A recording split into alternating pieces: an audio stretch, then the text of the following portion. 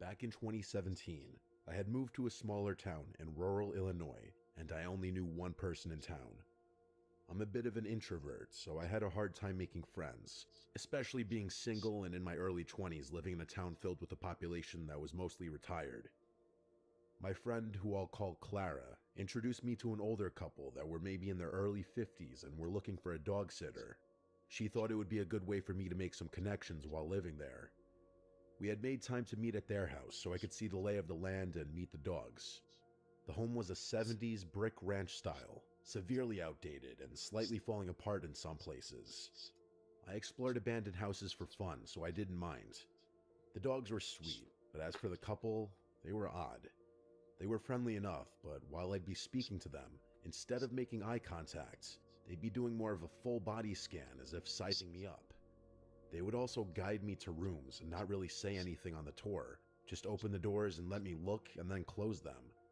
I should also mention they sell firearms out of their home as a side business, which I didn't really mind, but they had cameras everywhere. Outside and in, hallways, living room, kitchen, office, garage, backyard, driveway, kitchen table, etc. They told me it was just for insurance purposes due to their business. It made me a little uncomfortable, but I was just really hoping to make some sort of connection in this town and some money. Then the time came for me to come and watch the dogs. They'd been gone for a week and I'd been working from home, so I made myself comfortable. I set up my workspace in their office, which had a monitor that had cameras outside displayed so I could see all around the house, which was kind of nice because I felt a little at ease being alone on a decent-sized property in the middle of nowhere. I should also note, the dogs had a doggy door so they could go outside 24/7, and the house backed up to the woods. First night was fine. Second night, I noticed one of the cameras went offline that watched the driveway. I didn't think much of it, as Wi-Fi out in rural areas is finicky, but I still went and checked just in case maybe the camera fell or something. As I walked to the door, I heard the dogs get off the ground and scramble frantically to run out the doggy door and start barking like crazy. Mind you, it's about 10 at night, so I got freaked out and wanted to get the dogs to come back inside. So I made my way to the back door and noticed the dogs were both barking like crazy at the same spot at the part of the fence that backs up to the woods. I didn't see anything, but I'd seen enough horror movies to where I was starting to psych myself out and I had to find a way to calm down and get the dogs in. So treats it was. I got them back in and blocked off the doggy door with a chair that weighed a decent amount and called it a night. Next morning, I woke up late and threw myself off and had to start working before I could feed the dogs. But then I noticed they weren't at the front of the bed anymore. The house was quiet. I got up and called their names and they didn't respond. So I walked to the back door and they were in the yard just doing their thing. Then it hit me. How did they get outside when I blocked the door? My heart sank and I felt all the blood rush from my head as I turned to my right to see the chair that I had pushed in front of the doggy door now was sitting in the corner of the room. Panic set in immediately, and I called my friend Clara to explain the situation and that I needed her to come here ASAP to do a walkthrough of the house with me because I just knew there was no way the dogs could move that chair 5+ feet. She came over about 20 minutes later, and I made a beeline for the front door and let her in. We both went room by room and couldn't find anything or anyone. It just didn't make any sense. She tried to reassure me that maybe I didn't have it pushed over as much as I thought I did. I figured I'd just accept it for what it was and just push through on overly high alert for the next 4 days. Clara left and I went back to work. The day was fine and quiet, and I began to relax again. I finished making dinner and decided to get some work done. I sat down in the office and just happened to turn to look at the monitor with the camera views on it and noticed all of them were offline. My stomach dropped. I knew one going out was possible, but all 4? That was just too coincidental. Due to the nature of the business the couple ran, I texted them to let them know their cameras were down and if they wanted me to try and troubleshoot it for them, I'd be happy to. Also because I didn't like not having eyes on the outside of this place. A couple hours went by and no response. They're on vacation after all, so I just figured I'd have to let it go and suck it up until they get back to me. It was late, close to midnight, when I finally settled in and was watching TV to fill the void of silence that surrounded me when I heard the dogs get up and scramble to the doggy door again. I shot up and out of bed, my heart pounding out of my chest because I knew something was wrong. I grabbed the knife I had sitting next to the bed and walked to the back door looking out into the yard and couldn't see anything. The dogs had already stopped barking and were now just sniffing along the fence. I did that whisper yell to get them to come back in when I heard a thump come from the other side of the house.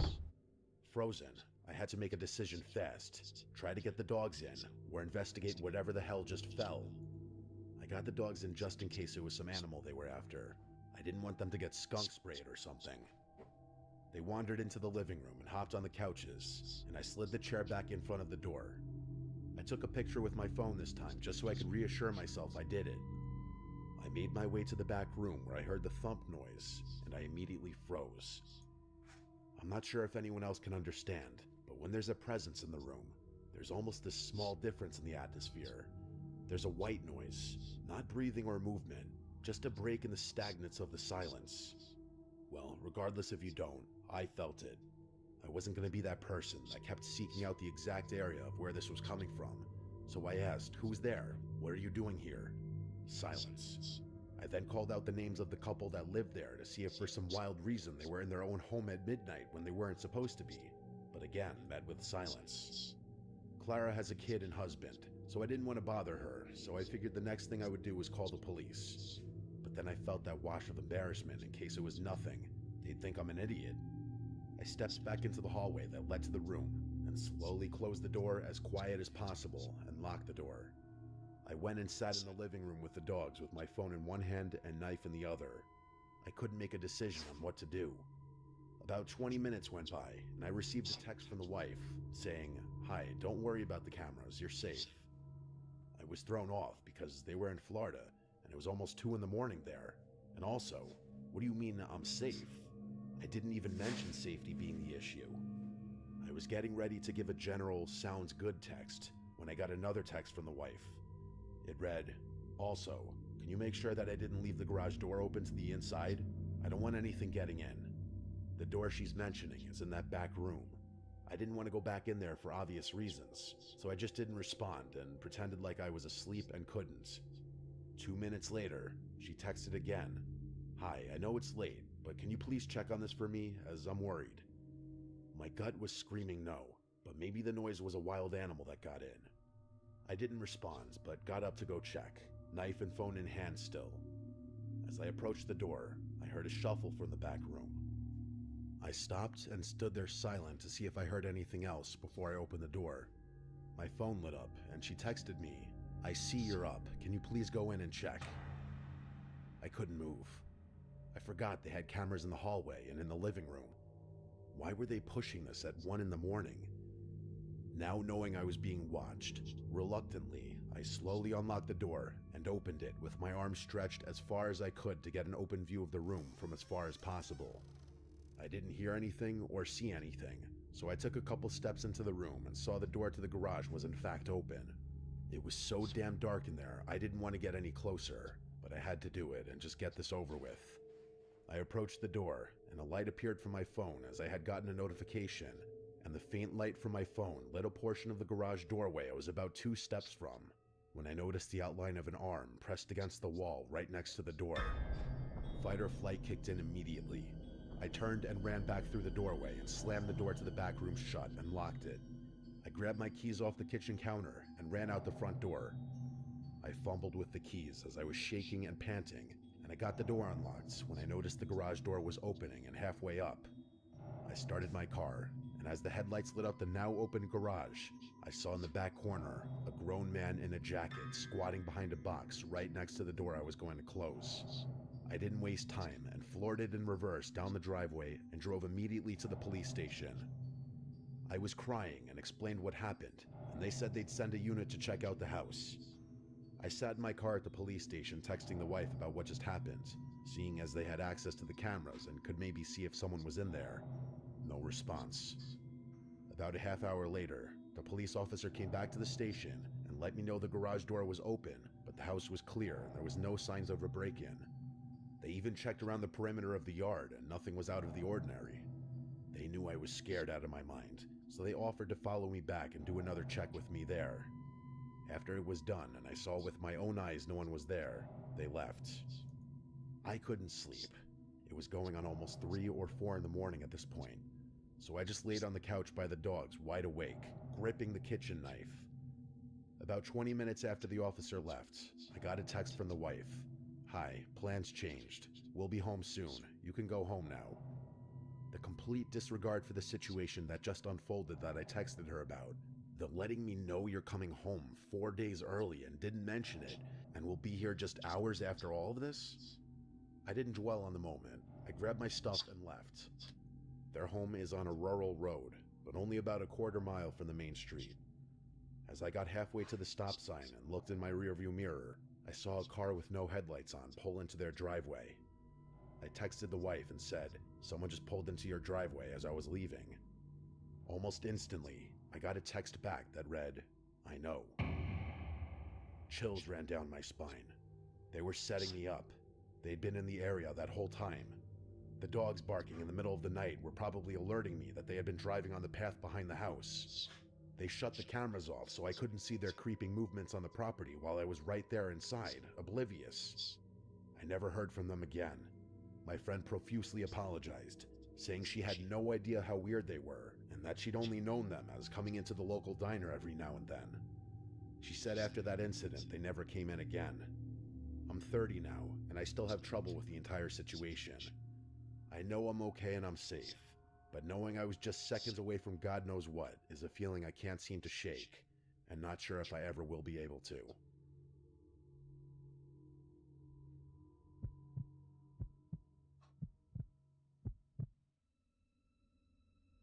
I work as a bartender at a bar and restaurant in a suburb just outside Baltimore. I'll do my best to explain the layout so the story makes sense.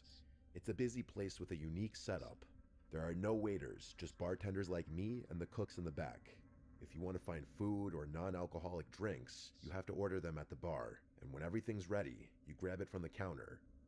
I'm not sure why things are done that way, but I guess it had something to do with management being cheap and trying to avoid hiring waiters. Either way, it keeps things fast-paced, which I actually like. For whatever reason, the place is really popular, even though I personally don't think it's anything super special. The atmosphere is lively most nights, with great music, a buzzing crowd, and a standing area near the DJ booth where people gather to dance and chat. The constant flow of customers and the high-energy vibe make the job fly by. I love meeting and talking to new people, so the gig is perfect for me. I would probably lose my mind if I had to wait long periods of time between serving guests, but that's just me. I bet some people are the opposite. That particular night started off like any other. It was a weekend, so things were going to be super busy. I was ready. After a certain time, the bar started filling up with people. It looked like more of a younger college crowd that night, which meant more dancing, more spilling, and a rowdier environment in general. Oh yeah, and worse tips, which kind of sucked for me. This one group of kids just kept on ordering round after round of tequila shots faster than I could line up the salt and limes. It's always chaos when they take over the bar. One of them was so plastered he used the same pickup line on me like 3 times. I was running around doing my thing when I noticed an elderly couple walk in and sit down at the booth in the corner of the restaurant. At first glance, there was nothing strange about them. I just thought it was interesting that 2 people that age would want to come into a rowdy place like this. I didn't have too much time to think about it though, so I went back to work. Fast forward maybe 30 minutes to an hour.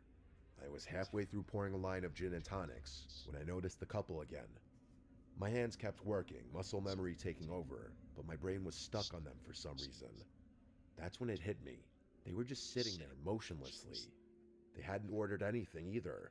No food and definitely not any drinks, I would have remembered. I looked a little closer and realized that they weren't even looking at each other. They were both fixated at the wall next to them. From what I could tell, it didn't look like they were talking either. It was the strangest thing. I was beyond curious, but the bar was slammed, and I had too much to do to spend time wondering about it. I figured they might be waiting for someone, or didn't realize how the place worked. Maybe they were waiting for a waiter to take their order.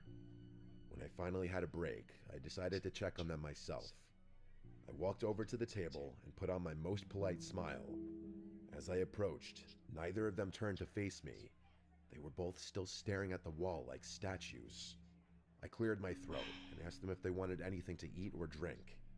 The woman didn't even flinch. She kept staring at the wall like I hadn't spoken at all. The man turned his head slowly, like he was moving in slow motion. When his face came into view, I felt a chill run through me. His skin was pale and wrinkled, and his eyes were almost sunken into his face completely. He didn't speak, just stared at me and shook his head once, firmly but silently. Something about the way he looked at me made my stomach twist. I muttered something in response and quickly returned to the bar. I had the weirdest feeling in my gut after that. Those people looked like they didn't even belong in this century, let alone this bar. I didn't look over at that booth for a long time. Eventually, things started to die down a little, and I remembered the couple. I glanced over impulsively, and I nearly dropped the glass I was holding. Both of them were staring directly at me now. I made direct eye contact with the woman, but she never averted her gaze.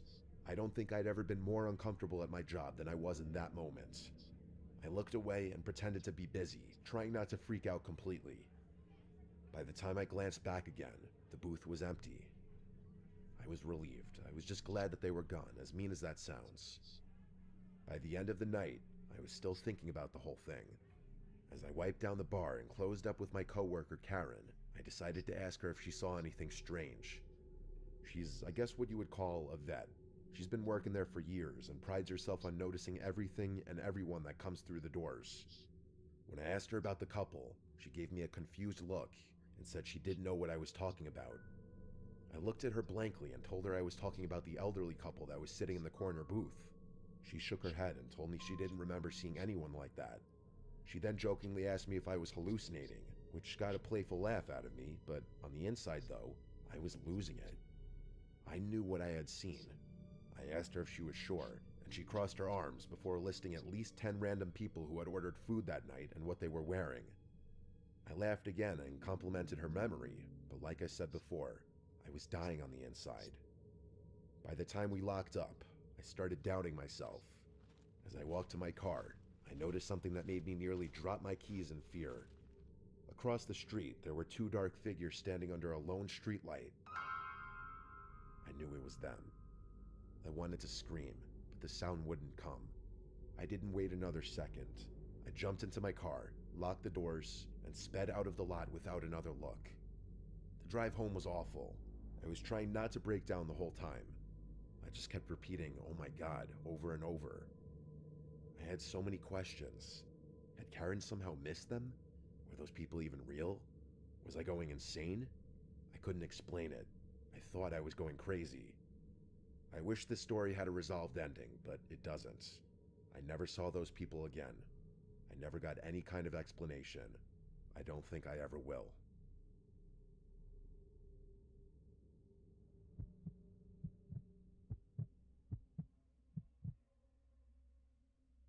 I apologize in advance if I mess up any details about the story I'm about to tell. This is something that my best friend told me multiple times several years ago now. It's one of those stories so unsettling you can't shake it even after hearing it more than once. My friend's dad was a logger, specifically a tree saw operator. For those who don't know, a tree saw is a massive machine capable of cutting down giant trees and slicing them to specific lengths. His job meant long, grueling hours, often alone in the deep, secluded forests of the Pacific Northwest. The way his logging crew worked, he was paid based on the number of trees he cut down rather than the hours he worked, so he would often push himself to work 16 to 20-hour days to finish jobs as quickly as possible. After he and his coworker finished their part, the rest of the crew would come in to clear the felled trees and transport them to the mill. While he spent about half of his time working alone, the other half was spent with his friend Griffin, another tree saw operator. They used radios to communicate, especially when they worked on opposite ends of the same job site. A number of years ago, my friend's dad and Griffin were assigned to a remote job site high up on a mountain. It took the company over 3 weeks just to clear a road wide enough for their trucks and equipment to make it to the site. By the time they began work, they were positioned in an extremely desolate part of the mountain. They were already 10 days in, making good progress, when they started hearing strange chatter over their radios. At first, the voices were muffled, just faint, static-laden murmurs that didn't make sense. They tried switching channels, but no matter what they did, the chatter followed them. Anyone who's used a standard radio knows how strange that is. It should be impossible for anyone to follow you when you're switching channels. As they progressed farther up the mountain, the voices became more distinct. They couldn't hear full conversations, but based on what they could hear, they both agreed that the tone of the conversation fragments felt off. My friend's dad said it sounded almost casual at times, but the content was unintelligible. They also started finding strange signs that people had been there before them. Random containers, footprints in the dirt, and small makeshift campsites. Like I said before, they were in a place so remote it was practically inaccessible, so these discoveries were deeply unsettling. No one should have been up there. One day, Griffin came across a tent hidden just off a trail and called my friend's dad over. They decided to investigate. Inside, they found a single sleeping bag and a duffel bag filled with the most disturbing things imaginable. Multiple pairs of children's underwear, duct tape, rope, and crude sketches of children being molested. There were even photos of a fresh apple indicating whoever owned it had been there recently. Griffin wanted to pack up and leave immediately. My friend's dad, ever the workaholic, insisted they finish the job. They agreed to limit radio communication to emergencies only and decided to keep working. That night, they sat in the camper, unable to shake the dread that hung over them. The radio crackled to life again, and this time they could make out snippets of a conversation between two men. They were talking about mundane things, collecting water and firewood, but the realization that these men were likely connected to the tent freaked my friend's dad out. Griffin wasn't as fazed, but my friend's dad was losing it. The next night, my friend's dad decided to confront them. When he heard the men talking about gathering bush for a fire, he grabbed the radio and demanded to know who they were and what they were doing there. The radio went silent immediately, and the men didn't respond. That silence was almost more unnerving than the chatter. Griffin was upset that my friend's dad had announced their presence, and the two of them got into a brief argument before deciding they'd escalate the situation the next day. Around midnight, Griffin shook my friend's dad awake, whispering that someone was outside the camper. The first thing he noticed was the soft sound of footsteps crunching on the gravel outside. Heart pounding, he fumbled for his gun, only to realize it wasn't loaded. He had no idea where his ammunition was. Griffin was unarmed, and the idea of calling the police was laughable given their location. They both sat frozen as they heard the camper door handle jiggle. The door creaked open, but didn't fully swing inward. Their camper was high off the ground, and there was no ladder or stool to climb up. Then came the scratching. Long, deliberate scratches along the outside of the door. 4 agonizing minutes passed. Finally, my friend's dad nodded at Griffin, signaling he was going to check it out. He moved quietly toward the door, gripping a flashlight in his shaking hand. Just as he reached the door, it burst open, and he was struck across the face with a knife. His pain was blinding. He fell out of the camper, hitting the ground hard. Before he could recover, a man was on top of him, pressing the knife against his neck. Another man appeared, kicking him repeatedly in the head. Griffin, without hesitation, leapt out of the camper and tackled the man with a knife. The second man bolted into the darkness, and the one Griffin had tackled scrambled to his feet and followed. They disappeared into the forest. Griffin helped my dad's friend back into the truck, and they drove 2 hours to the nearest hospital. It was bad. His face was a bloody mess, and there was a cut across his eye so severe it permanently damaged his vision. They reported the attack to the police, but nothing came of it. 2 weeks later, as the rest of the logging crew finished the job, one of their coworkers was found bound, gagged, raped, and murdered in a ditch. No arrests were ever made. To this day, my friend's dad struggles with PTSD. His right eye, with its disfigured pupil, constantly reminds him of that night. I'm sure he hasn't had a full night of restful sleep since. I've been terrified of deep woods for a long time now, mostly because of my friend's dad's experience. I I haven't heard from my friend or his dad in years now, so I can only hope he's doing all right.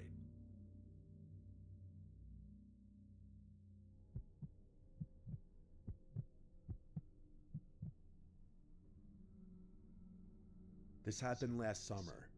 I was 20 years old. My name is Kevin. My friend James comes from a very wealthy family. His dad is like an IP lawyer who contracts with the US government or something. They've got a bunch of properties all over the country and a handful of international ones too. That's the kind of wealth I'm talking about. One of their houses is on a relatively large but overall pretty secluded lake.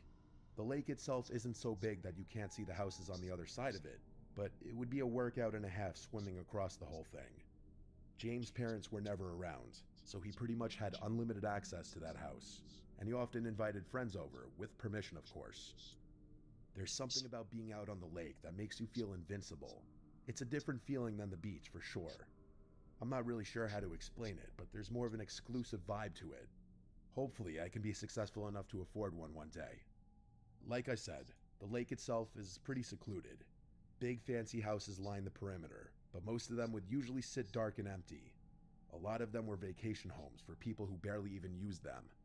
It's honestly kind of a shame thinking about it. There are upsides to that though. James would throw the craziest parties there because there were usually no neighbors to call the police. This night was different though. It was just the two of us, having a more chill night. I won't get into it, but I had just broken up with my girlfriend of 3 years and I was in dire need of some bro time. We were having a few beers out on the dock when I noticed a light flicking across the lake. I can't remember exactly what time it was. At first, I thought it was just the sun perfectly reflecting off something into my eye, but even when I moved my head to the side, I could still see it. It was flashing like someone was turning a light on and off repeatedly. I told James, and the two of us became fixed on it, trying to figure out what it could be. At some point, we realized the flashing wasn't random. It was following a pattern. 3 short bursts, followed by 3 longer ones, followed by 3 short ones. I guess I'm dumb for not knowing this, but James snapped his fingers and said it was Morse code. I looked at him like he was crazy and asked him when in the world he had learned Morse code. He told me he didn't actually know it, but he knew what 3 short, 3 long, 3 short meant. SOS. I called BS and pulled out my phone, but to my surprise, he was actually right. Like I said, maybe I'm dumb for not knowing that, but I'm not really one for obscure knowledge anyway. The flashing continued for another minute or so, following that same pattern, before stopping abruptly. The two of us had just been staring at it the whole time. I really didn't know what to think. It could have been a joke, but there was always that chance that someone was actually in trouble. James immediately suggested calling the cops, but I reminded him that we'd been drinking and we weren't legal yet. I was honestly fighting a DUI charge at the time, so the last thing I needed was another run-in with the police. He wasn't thrilled about that answer, and I could tell he was torn about the situation. The two of us couldn't really think of a rational explanation besides a kidnapping or something along those lines. We thought it might have been someone who had fallen and needed help, but that didn't make any sense because they probably would have just called the police. We've always been those adventurous, delinquent type guys, so we decided it was worth checking out ourselves. If it turned out to be serious, we'd call the police then. We went back inside. James' brother had a bunch of switchblades lying around his room. He was kind of a weird kid. So we grabbed a few of them just for peace of mind. James said he was good to drive, and that we should drive around the lake to that house, but I told him I really wasn't comfortable with that, for obvious reasons. He joked about my situation, and I laughed it off. If we weren't driving, there was only really one other option. The two of us walked back out to the yard, and dragged James' dad's kayak into the water. We were laughing at first, enjoying the adventure of it all, but the further out we got onto the lake, the quieter we got. I think both of us realized how dumb of an idea it was, but neither of us wanted to be the one to spoil the fun. The sun had almost fully set at that point, and it was getting harder to see. It wasn't pitch black or anything. We had light from some of the lake houses to guide us, but it was still a bit unsettling. As we got closer, the house came into view. It was big like the others, but it was obviously not maintained very well. For starters, the dock was half collapsed, literally. Half of it was just sunken into the water. The flashing had also stopped, which was kind of a bad sign too. We had planned on just tying the kayak to the dock, but we obviously couldn't do that anymore given how unstable it looked. Luckily, the yard wasn't too high up above the water, so we beached the kayak on the yard instead, careful not to slip on the rocks. I felt the adrenaline rush start coming on. I could tell James was feeling the same thing. We looked up toward the house. The light had been coming from the second floor, that much we knew. James was freaking out at that point and insisted that we just leave and call the police. I told him we'd have to kayak all the way back to his house to even do that, as there was no service on the lake and that we need to connect to Wi-Fi.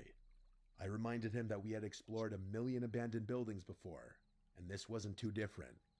He wasn't thrilled with that logic, but agreed anyway. Believe me, I know how dumb this was.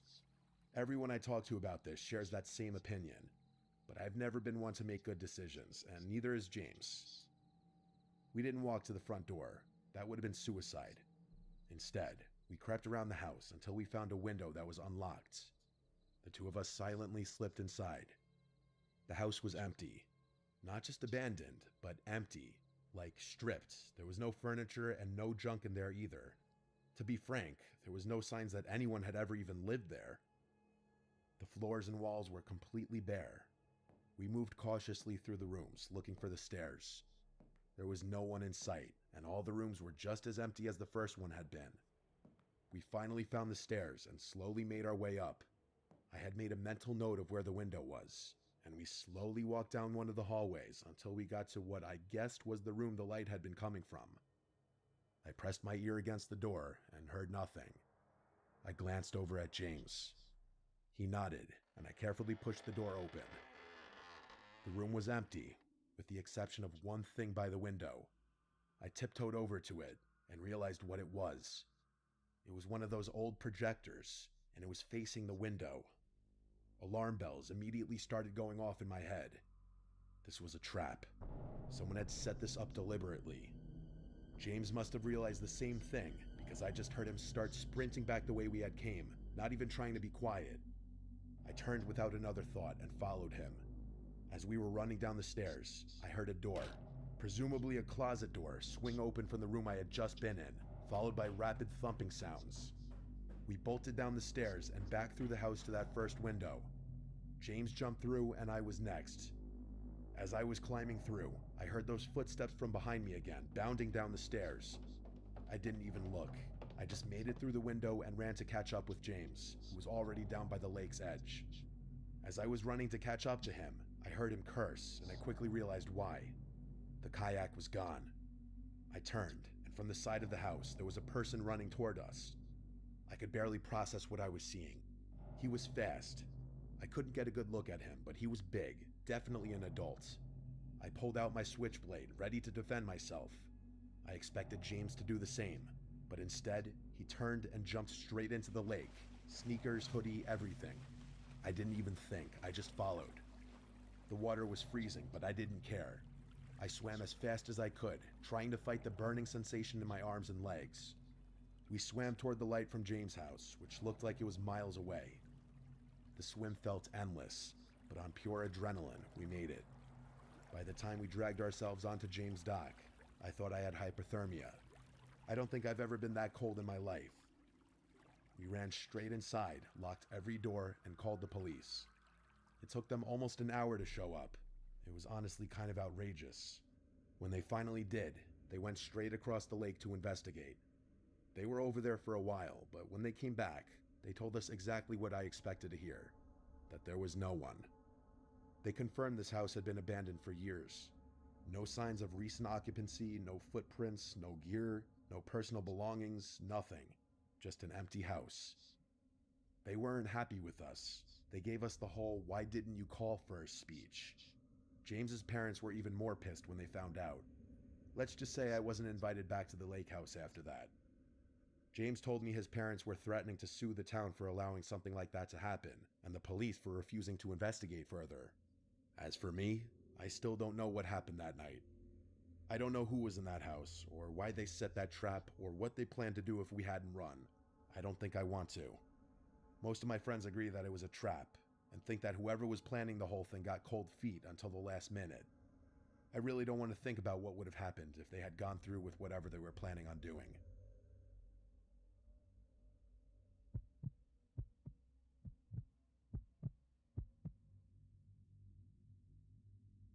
I moved into my new place, I was just looking for a fresh start. I won't get into the details, but let's just say I had a bad situation with an ex that made staying in my old city impossible. I ran into some money early in life and made some bad decisions about the kind of women I surrounded myself with. Lesson learned. The neighborhood I moved to is really nice. Low crime, quiet, mostly families. The houses here are really spaced out, which was partially what drew me there. But for some reason, the property next to mine is much closer in proximity than most of the other properties are to each other. And by the way, that house next door is huge. When I first saw it, I thought I could easily fit a family of 10. That's honestly what I assumed at first, that a big family lived there, grandparents and everything. But I could not have been more wrong. Even though I tried to be low-key, I wasn't going to be a rude neighbor. I took it upon myself to introduce myself to everyone in the neighborhood. For whatever reason, I decided to introduce myself to my next-door neighbors last. I couldn't tell you why. Everyone else I met seemed really sweet and genuine. I'd say 90% of them were parents of young children, and yes, they were all slightly intimidating purely based on how successful they seemed to be. I wasn't too sure how a younger guy like myself would easily blend into a community like that, but that was more of a personal concern. When I got around to meeting my next-door neighbor, my social battery was mostly drained from having spent the day making small talk with strangers. I knew if I just went back home, I was never going to be as motivated to meet them, so I just sucked it up and walked up their driveway. I had gotten accustomed to being greeted by someone middle-aged, so when a young-looking dude in a mullet opened the door, I was a little taken aback. Hell, he looked even younger than me, which was definitely a shock. I recovered quickly and went ahead with my new-to-the-neighborhood spiel. As I went on, he flashed me this massive smile and actually cut me off before I could even finish talking. He said something along the lines of, "Oh wow, someone who was born in my decade, what a nice surprise." I laughed and told him the same thing, venting to him about how out of place I felt as a single guy in his late 20s amongst so many families with kids. He told me not to worry about that, and that most of the people who lived here kept to themselves, which was kind of a relief for me. He introduced himself as Damon, and told me I should come by for a drink sometime. I shrugged my shoulders and said, hell, why not right now? To which I expected him to laugh and invite me in. Instead, though, he looked over his shoulder like he was scanning his living room, and then he turned back to me, saying he wished he could, but he was busy working. I asked him what he did for work, because it just seems like a normal follow-up question to what he said, and he dropped his smile a bit. After a weird stare, he laughed and just said, finance, but didn't elaborate any more than that, which I thought was a bit strange. I told him fair enough, and asked if he had any roommates. To my surprise, he told me he lived there alone, which was absolutely insane to me given how big the house was. We chit-chatted for a few more minutes, and he gave me his number before going back inside. I was excited that someone my age lived here, especially because he seemed like a really chill guy, but I couldn't get over how odd it was for someone like that to live all alone. And yeah, I know I was essentially doing the same thing, but you have to keep in mind my house wasn't even half the size of his. Anyway, I went back home and got on with my life. That was about 6 months ago. For a few weeks after that, nothing eventful really happened. I texted Damon a few days after he gave me his number to try and set something up, but he'd always complain about how busy he was and how sorry he was that we couldn't hang out. Eventually, I gave up with him. Not in a hostile way, just in a you do you kind of way. I'm definitely not the type of person to bend over backwards for someone who seems disinterested. I never saw anyone coming or going from Damon's place. No visitors, no parties, no girls, nothing. He never even got takeout delivered, which was strange to me because his car was always in the driveway. I genuinely didn't know what he ate because I literally never saw him leave the house. The guy lived like a ghost. I work from home, and the office in my house is on the 3rd floor, which overlooks Damon's property, if you're wondering how I knew so much about his living habits. I know it sounds obsessive and a little creepy, but his house was also just a glance away from my monitor, so I couldn't help but look over from time to time. One night, it was a Wednesday night, I remember that distinctly. I woke up around 2 a.m. to the sound of loud music. I sleep with my windows open, so that's probably how I woke up so easily. At first, I thought I was imagining it, or it was part of a really vivid dream I was having, but I was wrong. I got out of bed and peeked out my window, and there they were, 7 or so cars lined up in Damon's driveway. There was no mistaking it, he was having a party. Now, don't get me wrong, I'm not the type to complain about some noise. I've been to my fair share of house parties, but it was the middle of the week and the volume was insane. I figured I'd just go over, knock, and ask him to turn it down. I threw on a hoodie and walked over. It was a full-blown party, that much was clear from outside. I knocked on the door, but no one answered. I pulled out my phone to text Damon, but I decided against it, knowing he'd probably ignore me and give me some BS excuse the following morning. I knocked on the door again, harder this time. Still nothing. I reached for the handle, half expecting it to be locked, but to my surprise, the door swung open. Inside, the first thing I saw was a pile of shoes in the foyer, at least 10 pairs, but there was something off. There was literally no one in there. I moved further in, expecting to see people in the living room, maybe the kitchen, but it was completely empty. There weren't even any drinks left out. I could hear people over the music that was playing in the background though, which I didn't understand. But then I really listened to it, and everything hit me all at once.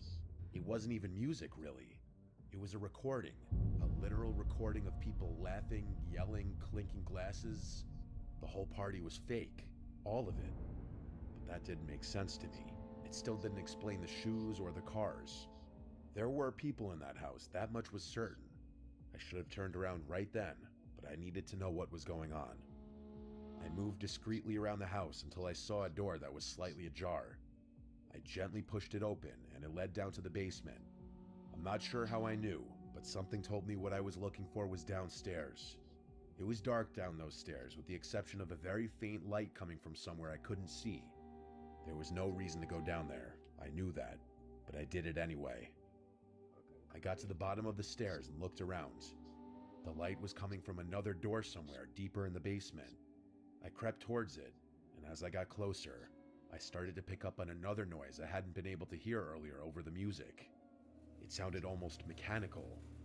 It was this heavy, rhythmic grinding, like heavy machinery or a buzzsaw or something. I got a little closer, close enough to see through the crack. There were 3 people standing in there, looking across the room at something that was out of view. They were all older-looking guys, significantly older than Damon. They were wearing heavy-duty work clothes and had on these protective goggles and thick rubber gloves. I also realized they were wearing what looked like work boots, even though I had seen all those other shoes upstairs.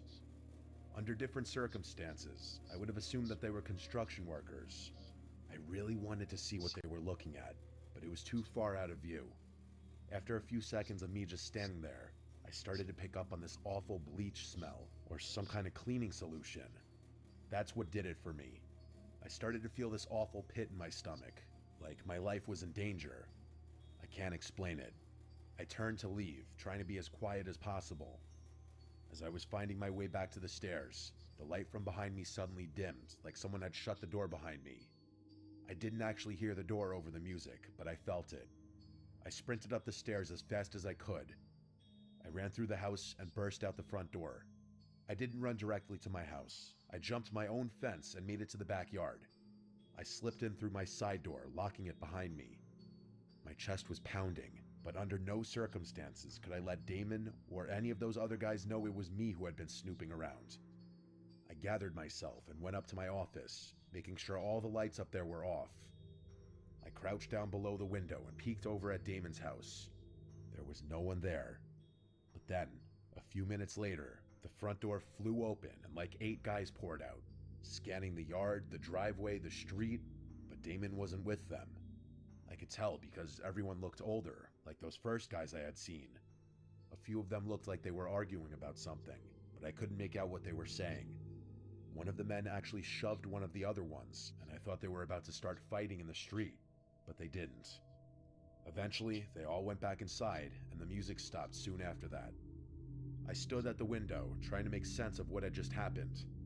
I thought about calling the cops, but what would I even say? The music wasn't playing anymore, and there was no real crime I could actually report. The thing I couldn't understand was how none of my other neighbors had a problem with the loud music, especially since most of them had children. I figured if they hadn't been able to hear it and I called the police, Damon would know it was me. And the shoes, I had no idea what that was about either. The people I had seen were all wearing boots. So, did they bring extra pairs of shoes just to leave in the foyer? I had too many questions and I didn't know what to do, so I just went to bed. The next morning, I woke up and looked out my bedroom window. Every single car was gone, including Damon's. I went upstairs to try and get some work done, but I couldn't concentrate and found myself looking over at Damon's house every 5 seconds. After a few hours of his car not being there, I decided to go for a walk, partly to clear my head, but mostly to take some low-key glances through his windows. Nothing though. Days passed and Damon still didn't return, or his car didn't at least. I was baffled with every passing day. I still couldn't figure out how my other neighbors had been able to sleep through all the noises that night, so I just straight up asked them. I went to a few houses and asked them if they had heard the party he had a few nights ago. No one knew what I was talking about, even after I told them which house it was coming from and how late it was. I thought I was going crazy. That was a few months ago now.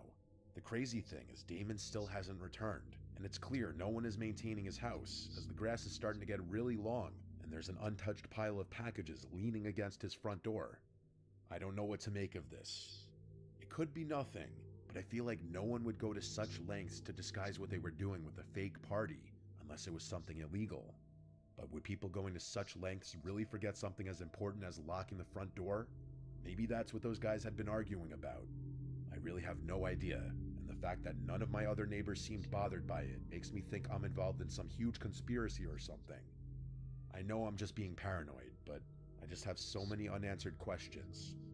When Damon returns, if he ever does, I'm debating whether or not I should just go and straight up ask him.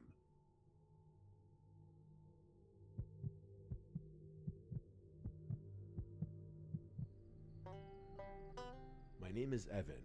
I'm 28 years old. After my divorce, I moved to a small town named Chatham in Alabama. Apart from my parents' house, I didn't really have anywhere else to go, so I came to live in my grandfather's old house. He passed away a few years ago and left the place to us. It's about 10 minutes outside town, sitting on 10 acres surrounded by woods. It's real quiet out there. I thought I'd enjoy that. The house is old, wood floors that creak, doors that stick, the kind of place that always feels a little cold no matter how high the thermostat is. But it was free, and I didn't have a better option. The first few nights were normal. I unpacked and cleaned. Yeah, that was kind of weak. Evening, sitting on the porch with a beer. It was peaceful. No traffic, just the wind through the trees and the I occasional. didn't really like it, Then but the noises started. whatever. The first time I heard it was on the 7th. You're not gonna get all. Not all of them are always going to be good. So I was almost asleep when I heard whistling outside.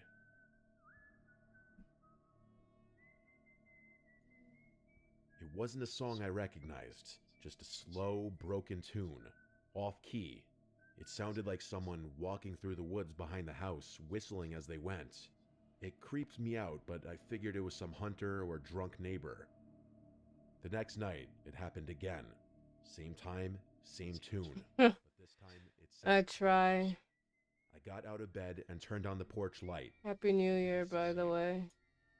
I went outside with the flashlight and checked around the yard. Nothing. No tracks, no sounds of someone running off. It's hard sometimes. Fading deeper into the woods. I tried to ignore it. For a couple of nights, I just stayed in bed and tried Yeah, I want to start doing more, actually selling art and shit. So I'm like, well, for me to do that, I have to like produce the work. So here we are. I started thinking maybe someone was messing with me on purpose. Someone who knew I was out there alone. I called the sheriff's office a few days later. An old deputy, who I'll call Deputy H, came out. He'd been in the job a long time. When I told him what was happening, he got real quiet. Thanks. He said word for word, "Your granddaddy used to call us about the same thing. Said someone was whistling around the property late at night, always in the spring. We never found anything. I figured he was just getting old, but now you're hearing it too." That shook me. I had no idea my grandfather. This year I'm trying to like at least do some art, so like stay inside after dark. I started. Let's try. I wasn't already. I double-checked every window. One night I even put chairs under the doorknobs, but the whistling kept coming. I wish Instagram was good when how it used to be, where you used to be able to post art and get a lot of likes and stuff, but it's not like that anymore. Was standing right outside. I don't really post on Instagram anymore. I didn't see anyone, but I didn't dare go outside. The next night, from the front porch, I'm sorry to hear that. Right by the door. I mean, I've been kind of going through my own slump with art too, so I get it. Then silence. The night after that, but you should try to get back into it. God, it was like someone was in the crawl space, whistling up through the vent. You're surprised how much you've improved. Sometimes just living life and shit actually is good for your art. I started digging through, or at least that's what I tell myself. Trying to find anything my grandfather left behind. I found a box of his journals. He wrote about the whistling. He said it happened every spring for over 10 years. He didn't know who it was, but he thought it was someone watching the house. He said he used to sit up with a rifle by the front door just in case. He said it only ever happened when he lived alone, after my grandmother died. I called Deputy H again. He came by and read the journal, and he looked nervous. He told me to be careful. He said, "I don't know how to do this if you don't know who it is." That night, I stayed up. I sat on the couch with a shotgun across my lap. A shotgun I barely knew how to load. I waited. At 1:17 a.m., the whistling started again, but this time, it didn't come from outside. It came from the hallway. That's wild, that's your YouTube name. I froze. The hallway light was I heard that song, I'm like, oh, I wasn't sure that was actually you. I stood up, aimed the shotgun, and shouted, "Who's there?" I've been trying to stream on more flipped the hallway light. Was there. Websites. No one. I'm happy I got a fucking 5070 Ti when I did. Because I was getting sick. It went up from like, how much did I pay? Like 800? It's up to like 1500 now. I don't believe in hallucinations to that degree, nor do I believe in anything paranormal. This was a real person. After that night, things went quiet for 2 days. No sounds, no movement, no sign of anything. I thought maybe it was finally over. On the third night, I went to bed just after midnight. I didn't stay up this time. I left the hallway light on just in case. At exactly 1:17 a.m., I woke up to a new sound. Not whistling, knocking. Slow, paced-out knocks. 3 of them. They were coming from inside. You know what? That's something I kind of want to save for later. I'm not going to be bothered doing that now. I stayed in bed, listening. A minute later, I heard a new sound. A creak from the floorboard in the hallway. Then another. Someone was walking. The hallway light went out. I grabbed my shotgun, heart pounding, and stepped out of the bedroom. The hallway was dark, but at the end of it, I saw something. A person wearing black clothes. Yeah. They don't want anyone building PCs anymore. They want you to sell. They want to sell you cloud service so that way they can pay, charge you that way. But my hands were shaking. I screamed, "Don't move," with my shaky voice. I'm just mad I didn't get more RAM. Everyone was making fun of me for trying to get 128 gigs of RAM.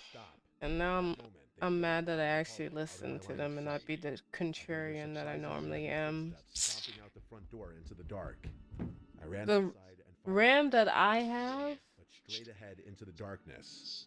I'm gonna take this one off because I actually heard this story already.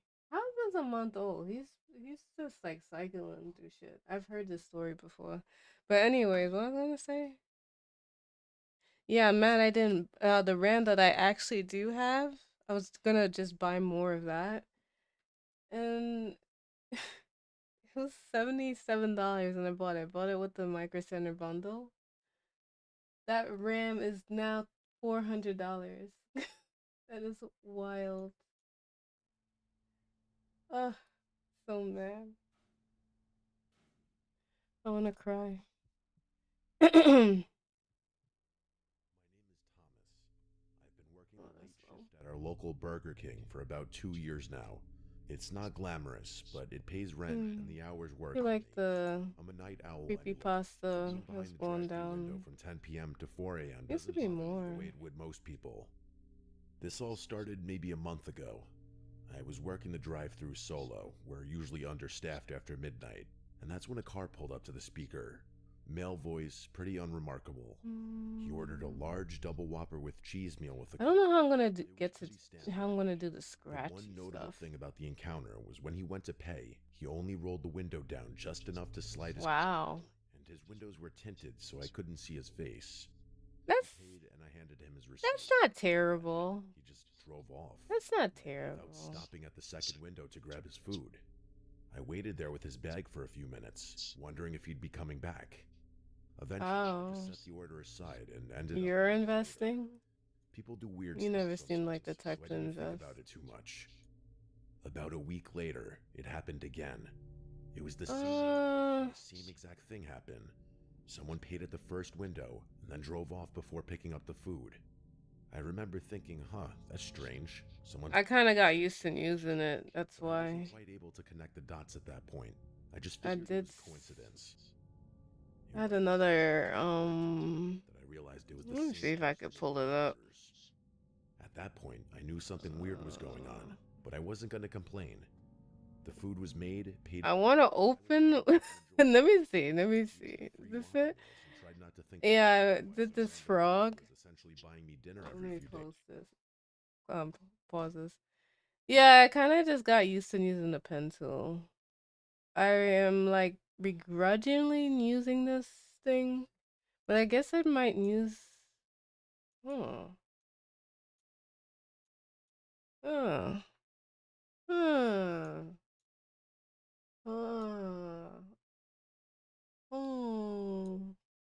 Okay, I didn't know that it was. I didn't know you could do that. It's hard for me to use Paint. Illustrator. I don't like using it, but I'm starting to realize that my art, the way I do it, it really complements it. The pen tool complements it. I'm kind of just using it to get the straightest lines and stuff. But yeah, since I've been just trying to use Illustrator, I've just been using the pen tool because it's the thing that feels the most familiar to me. So I guess that's probably why. The only reason why. But I probably will soon use a brush. I'll probably try using a brush tool with my Cintiq. But not tonight. Oh, RAM stocks. Oh. Okay. I'm about to say stocks. Yeah, I wish I kind of got I wish I bought the RAM that I was gonna buy. Should have listened to myself. But I was like, yeah, you guys are right. You know what? Yeah, y'all right. How wrong they were. How wrong they were. Yeah, I guess for those small details, I'll probably use the brush. Days.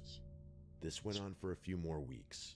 The guy would show up every 4 or 5 days, always late, usually between 1 and 3 a.m., and always with the Damn, I'm at the part where I'm like, I started to almost look forward to it. What am I gonna do now? Oh, it's been a few days. Wonder if my mysterious benefactor is gonna show up tonight. Oh, I might do that on a different layer. I was working the speaker at around 2 a.m. when I heard that familiar voice through the speaker. What time is it? 11? Damn! Ah, shit! Damn, that creeped up on me. This time, he said something else. Something that made me freeze up. He said, and I'll never forget this, I hope you've been enjoying those Whoppers, Mr. Hurley. My last name is Hurley. I don't wear a name tag with my last name on it. It's not posted anywhere customers can see. There's no reason at all that this guy should know my last name. I just stood there for a second, not saying anything. My brain couldn't catch up. Then I started talking into the speaker, asking who this was, what he wanted, and how he knew my name. I must have said, "Who is this?" 4 or 5 times, but he never answered. And this time, he didn't even pull up to pay. I heard his engine rev, and then he was gone. I I was rattled for the rest of my shift. There was nothing I could do, but I couldn't shake the feeling that something was very, very wrong. Little did I know, things were about to get much worse. When I got home after my shift, I found a note on my doorstep. It was a handwritten note that said, "I know what you did." I know what you did last summer. I just stood there staring at it with my hands shaking, and I started feeling really, really sick, like someone had punched me in the gut. I have no idea what I'm so lazy. I don't want to pull. I don't want to pull my fatigue down to draw, but it's about to get worse. I'm gonna probably try drawing with the mouse, just like filling in the scratchy parts. See how that goes. I've got nothing. This sounds so stupid, but thank you for telling me that. I wouldn't even know it was there. 24-year-old guy that works at Burger King and plays video games on his days off. I'm not exactly living the most exciting life. I didn't sleep that night. Instead, I just sat on my couch with the lights on, dreading whatever was going to happen next. But nothing happened. I had no choice but to just move on. It turned out I wouldn't have to wait that long, because the next night at work, that guy was back. This time, he didn't even bother playing games. Instead of ordering food, he just asked me to write something down.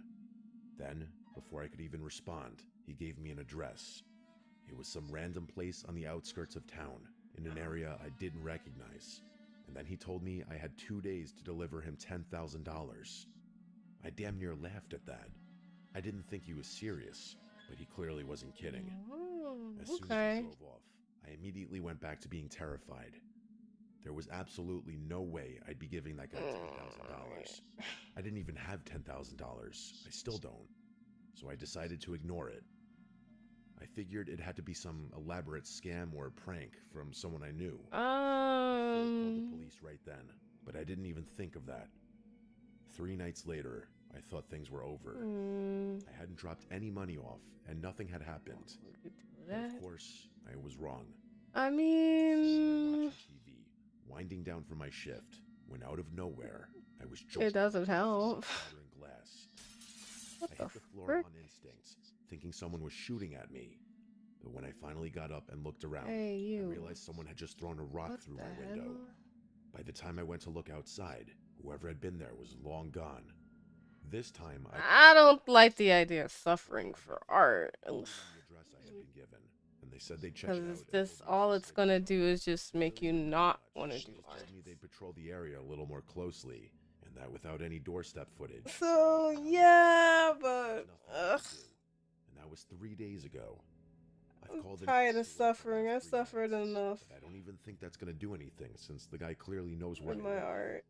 I can't afford too many miserable nights. I can't afford to move, so I'm stuck in this nightmare until the police can track that person. I kind of like that, but I think I might try. Man, you really gonna make me pull that shit down, bro. But other than that, I'm not. I don't feel like doing it. Why I got targeted, I have no idea. Hopefully things don't escalate from here. I don't have a. Oh, I can use my. Oh, I could just use smaller. I graduated from college about 8 months ago with a degree in communications, which, as I'm sure you can imagine, has been incredibly useful in helping me secure gainful employment. That's sorry, by the way. I'm still living with my parents. I'm unable to find a real job yet, so I'm off to a great start. Where are you? In the meantime, I drive for Uber and Uber Eats, sometimes both in the same night, depending on what's popping. It's not a career, but it's money. And it lets me feel like I'm doing something productive while I figure my life out. I know that sounds kind of pathetic, but it's what I do right now. I drive mostly on weekend nights, Friday and Saturday, usually from around 9 p.m. until 2 or 3 in the morning. That's when the surge pricing kicks in and the drunk college kids need rides home from the bars downtown. It's not technically a night, but it feels like one.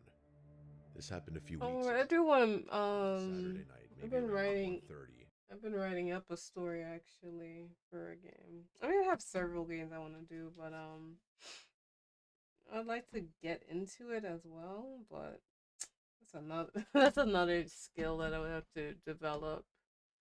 But yeah, I kind of wanted to make like a Tomb Raider clone game, Oh man, you gonna make me restart? Fuck that. This. Oh wow. If I use the Intuos pen on the Cintiq, it tells you like, hey, buddy, this is not compatible, so get the right pen is basically what this thing just told me. But yeah, that's cool. Yeah, I always saw you going that route. But yeah, I want to make a game too. Yeah, I want to make like some virtual novels. I've been meaning to do one for a while. Then another platformer, and like an RPG game.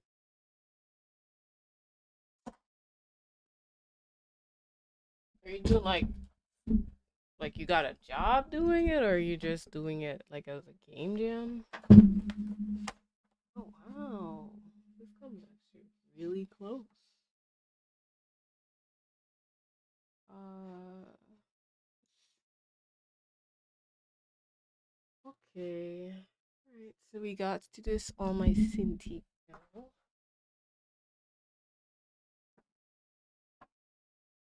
Don't feel bad for me either with the Cintiq, because it's like it's already on a mount and everything. So I just gotta move it over, but it's just like, oh, don't feel like doing all of that.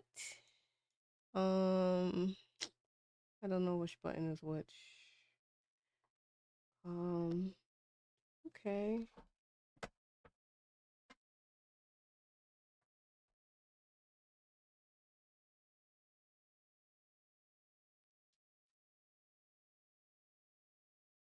Oh, nice.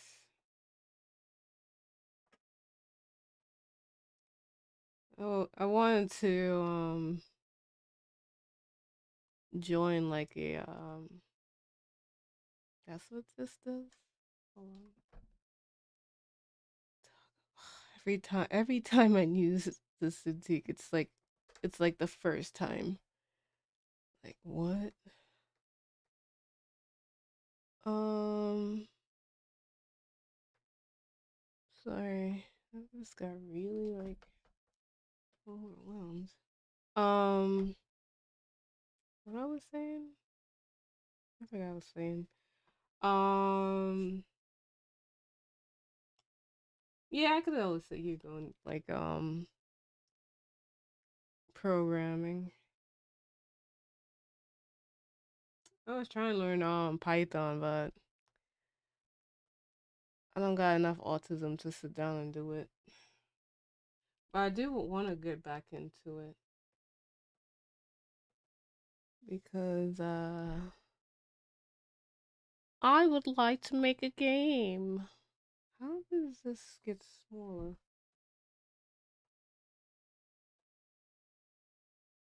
No, it's really too big.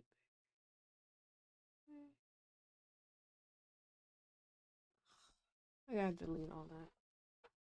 Control Z, Control Z, Control Z, Control Z, Control Z. Hi, don't you use Affinity? Why don't I use Affinity? I don't use that because first I didn't even know that it existed.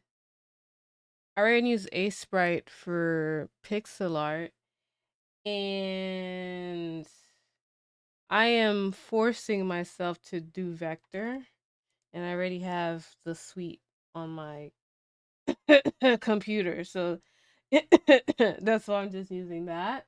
But yeah, I normally like using the pen tool um for vector art. I mean, yeah.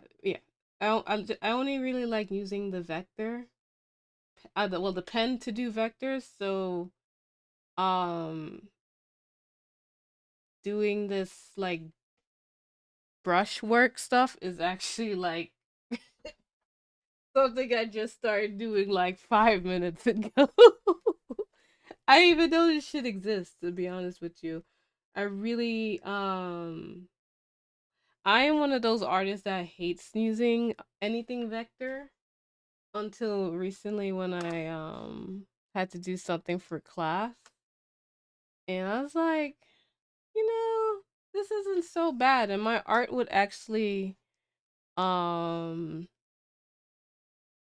benefit from it. So, yeah. I normally I'm a traditional artist, so barely even I barely even draw digitally anyways. I mean, I got a Cintiq for like a really good price, so that's why I have one, but I don't really draw digitally. It's like it's always a fight when it comes to digital art for me. So oh, thank you for the follow. Arigato gozaimasu, Nikki. And thank you, Oblistic, for the follow as well. I hope I said your name wrong, right? I was about to say, I hope I said your name wrong. I'm so sorry. Yeah, I'm sorry. I hope I said it right. I have a problem with people saying people's names. Mostly because I feel bad when I say it wrong, and then they're like, "You said my name wrong." I'm like, "Oh, I'm so sorry." Um, Started in the city of work. Uh, oh, that's cool. So that's so you got one of those jobs too. So yeah, with my job, it was kind of the same thing. So I kind of learned about stocks and shit. So I guess you went the coding route way, and I went like, oh, I'm getting into stocks. Yeah, I'm trying to like replicate that look, but I gotta look at the I gotta look at a reference because I could barely see it.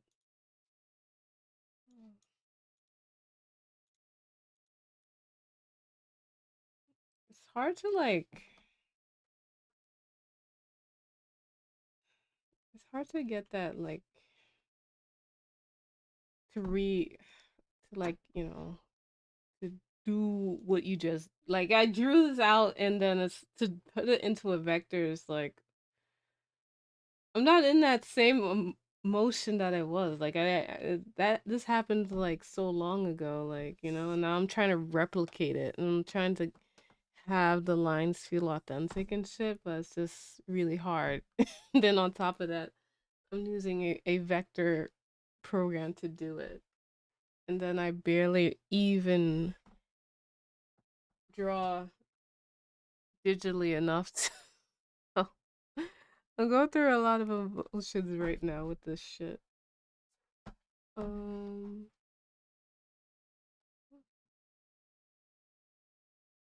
yeah. Okay. I like that. Now I wanna get rid of this. But it's connect. Can I just delete this line? Delete that line? Maybe delete that line. Yeah, this is like a whole learning thing. I've been like leave strokes. Leave strokes, I guess. I don't know.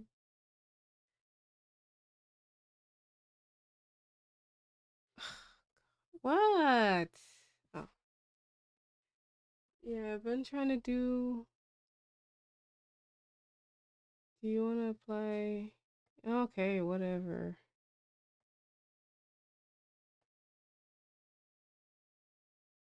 Is the brush that is in use and some strokes may have overwritten its options. Do you want to apply the changes to existing?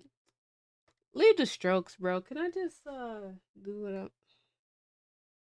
How do I? Okay, lastima. Yeah, I just want to make the thing smaller.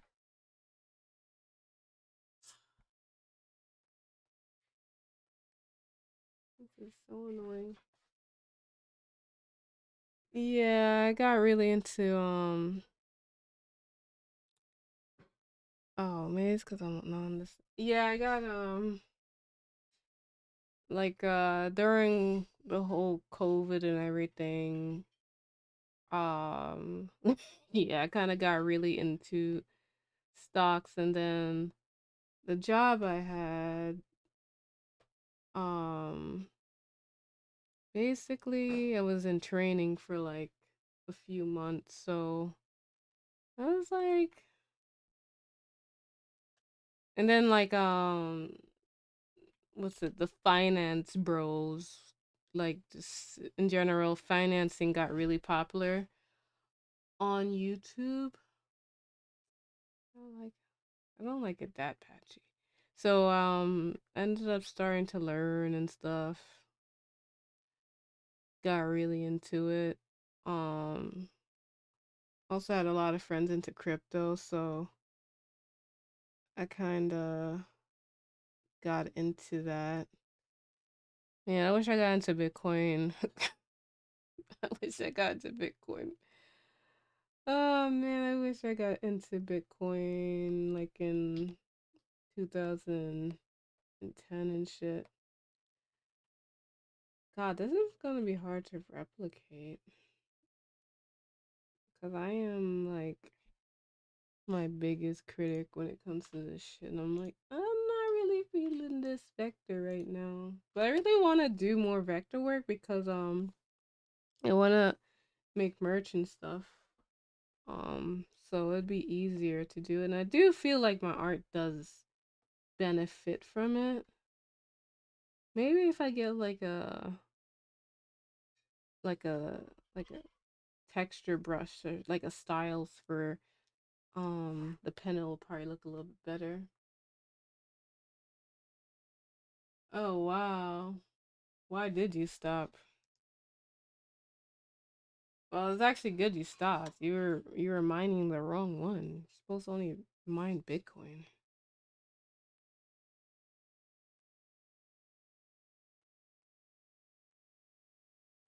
Yeah. I wish I was mining Bitcoin.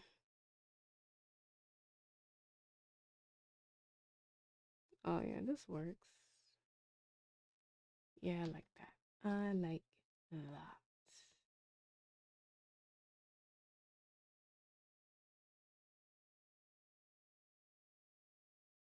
I wouldn't say textured brush is like I think what it has is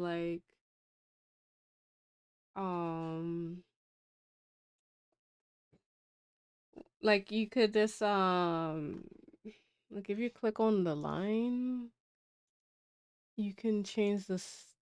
Is it this the like the yeah, like this. Like you can do something like that and it changes the line. Oh, maybe I should do that. I like that. Yeah, so like you can go to this and just change it to something else. Like a different line or some shit. So yeah, that ain't looking too bad. Wow. That like let me I could can I do that here too? Ooh. Come picky. But sorry. Um that's cool. Hope you are not affected by all these layoffs. I guess probably not. If you said you were just doing it for fun, learning for fun. But yeah, I had a lot of friends at my jobs that were like really into it. and they were teaching me the ropes and how to buy it and stuff. Mostly because I was nagging them about like, hey, how do you get into this? Because it's just like I did always want to buy Bitcoin, like early, but I was just like, how do you do it? It's just like there was really no YouTube videos on it, and I'm like, man, if I had learned this shit earlier, if somebody had just taught me how to do it, I'd probably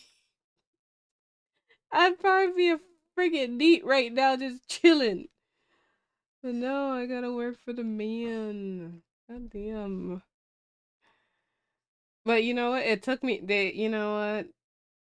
Only recently started, like, not recently, but like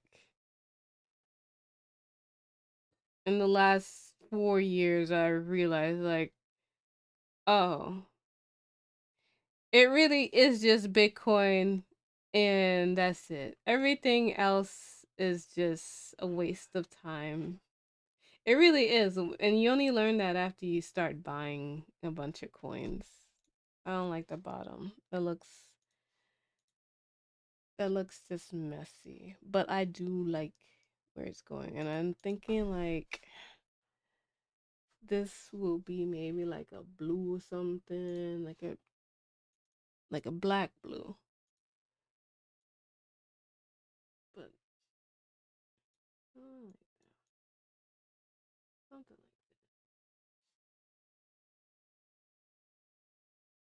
that. Yeah. Oh, not that blue, but yeah.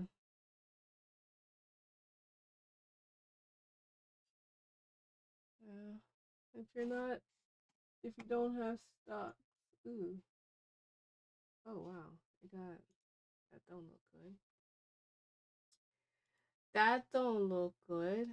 What did that happen? Sorry about that. Well, yeah, if you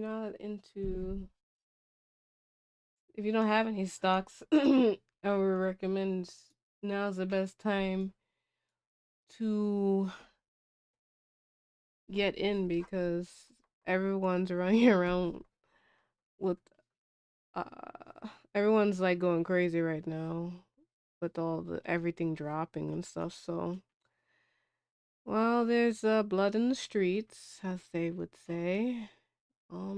Is when you buy. So right now it's like the perfect time to buy or get in. It's the start of the new year, so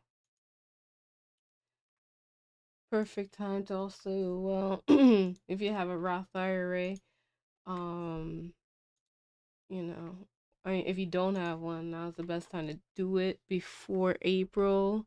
If you just have money lying around, you just put that in because if you put in the Roth, if you put it in now, it will be contributing to last year, not this year. So you'd still be able to, get the gains or play catch up basically.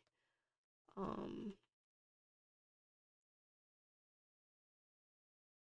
yes, because with the Roth IRAs, they start when I guess tax season is done. I don't really know how it works, but I'm just going based on like when Fidelity's like, oh, you can still contribute to this until April, so that's what I just assumed. Um, but yeah, I wish I got into stocks way earlier.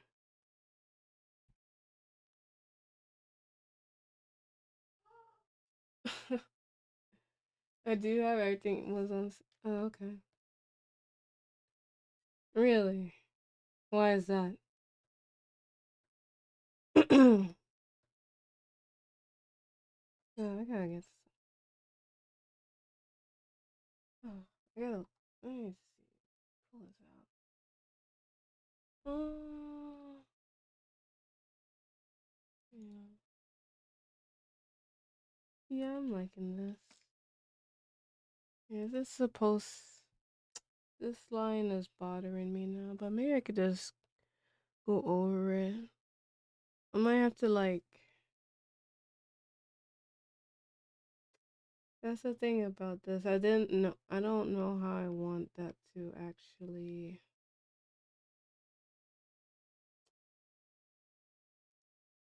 How it's gonna look at the bottom. Mm. But it is. I like the brush. It's working out. Mm.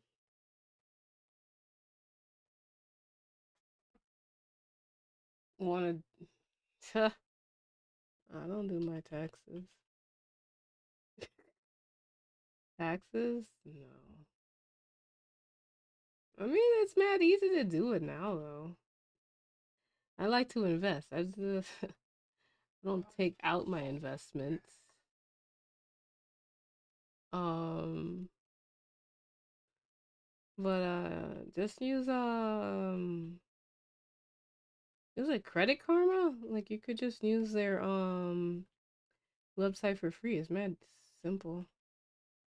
Like that's how I do my tax. I don't do my taxes, but it's the best way to do it. For high season. Yeah, that's the idea, but I'm just actually I'm just trying to see how the motion I want to do the here. Um, but that's like the overall the how I kind of want the hair to go. But I'm just like kind of just talking and also just trying to looking at the hair and seeing if I like it. But also trying to figure out how I'm gonna do at the bottom. If anything, the shape behind it is just gonna become like a fill layer for the color. But this needs to be more. Well, this actually feels like I'm drawing, but I'm not. Um,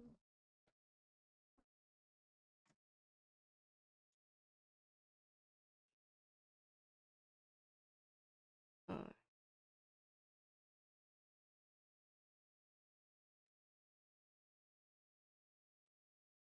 I wish Android had like a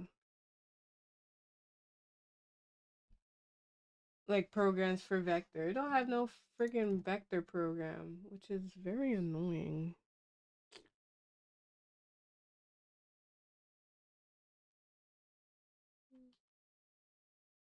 Do I like how that look? Do I like that? This is when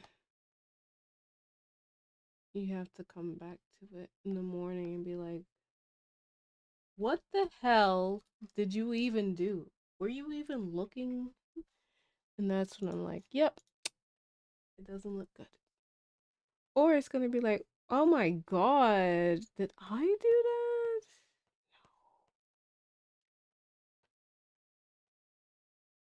It's one of the two.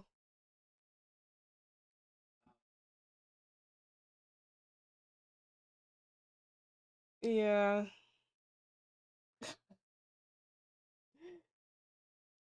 Yeah, it's kind of annoying. I did join the gulag on unfortunately. Mostly because it felt like the more secured option in terms of security. Because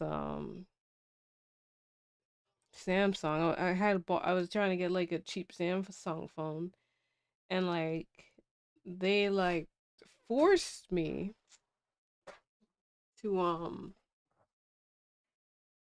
to like link a Google account, and I'm like, why would I want to link a Google account to my phone? So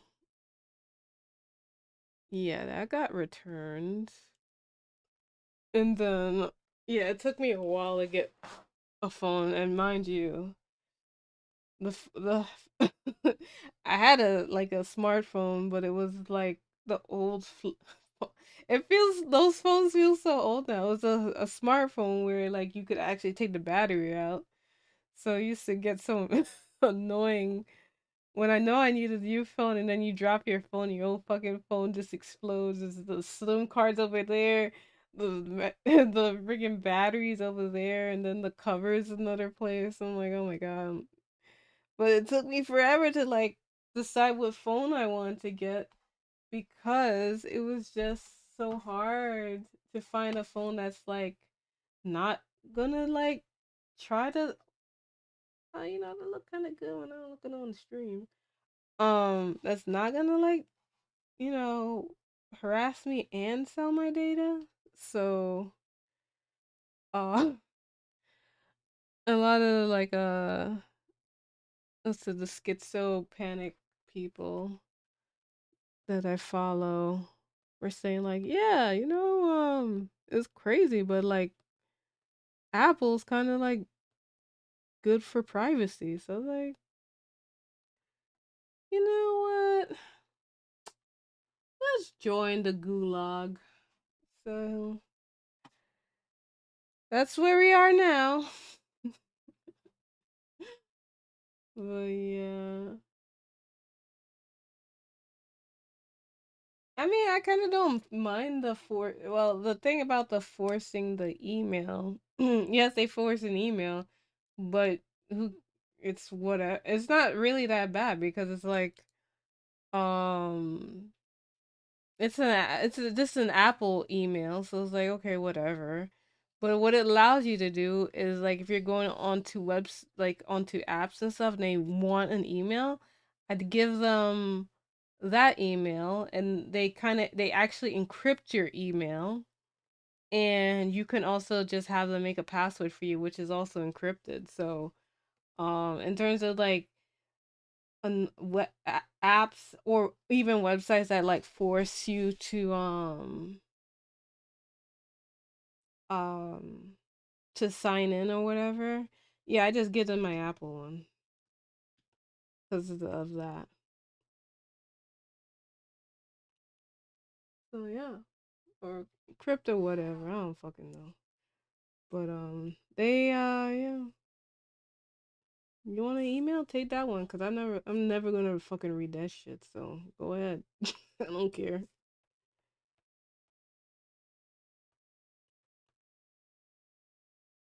Um, what time is it? Oh shit. Oh, I'm about to leave. I'm about to be like Cinderella and be out, bro. Cause I just forgot it's 11. I'm like, oh wait, it's Sunday, about to be Monday, frog.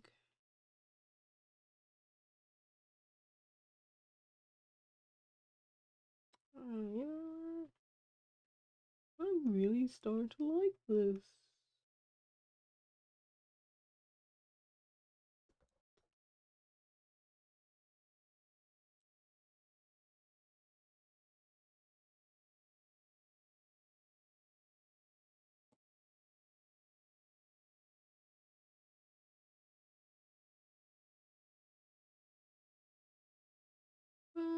Yeah. And it's just like they're kind of like the same now, bro. Like honestly, like yeah. What the hell? Did that shit just crash? Mendoku Sai. What a pain for me tonight.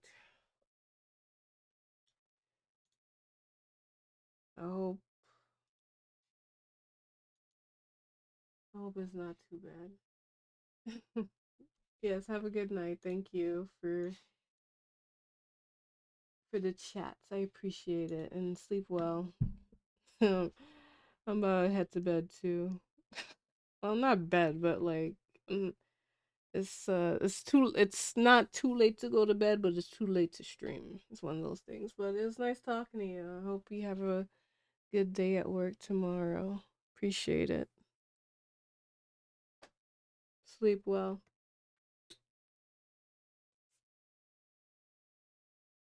Um, yeah, I don't like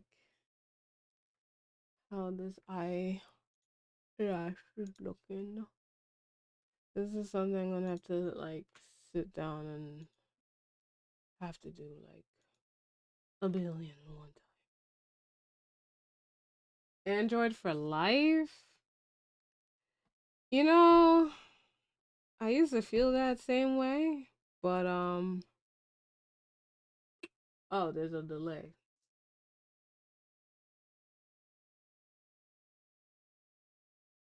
Um, I used to feel that way about Android, but like Android don't really got shit, man. They don't really got. They don't really have anything.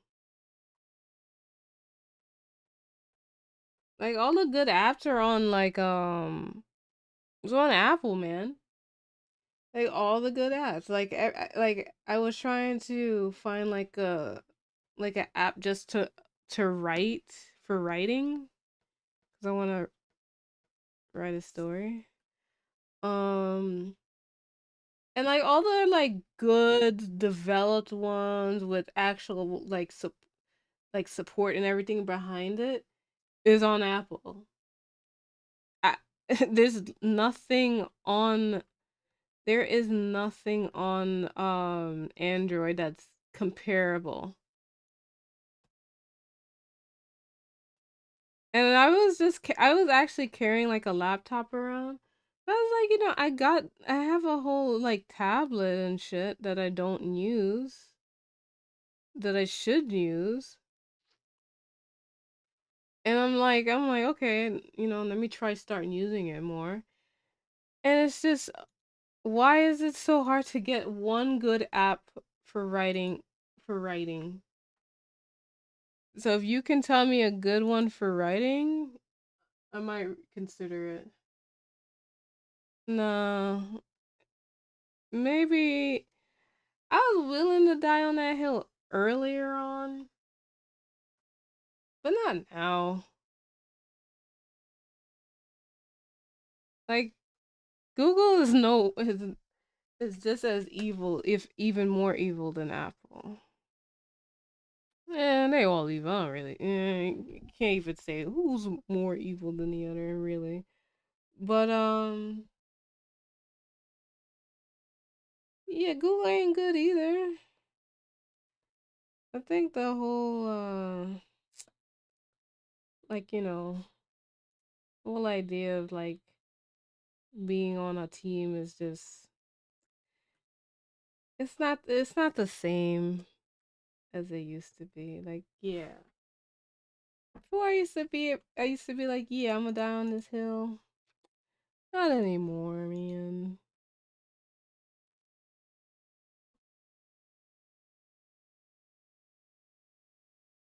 I just don't think like yeah, what does Samsung don't really got shit that's like worth even wanting to be like, yeah,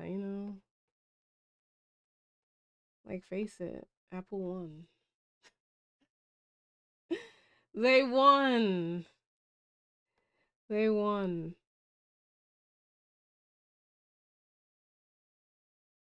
It is nice when everything just like you could just buy the item and it fucking works. No, it is weird for me to say this though, because I'm like I have a whole fucking PC and everything, but I don't mind it. I don't mind being part of the gulag. It's like at this point, it's like pick which one you want to be in. Like, which do you want to be in? Do you want to?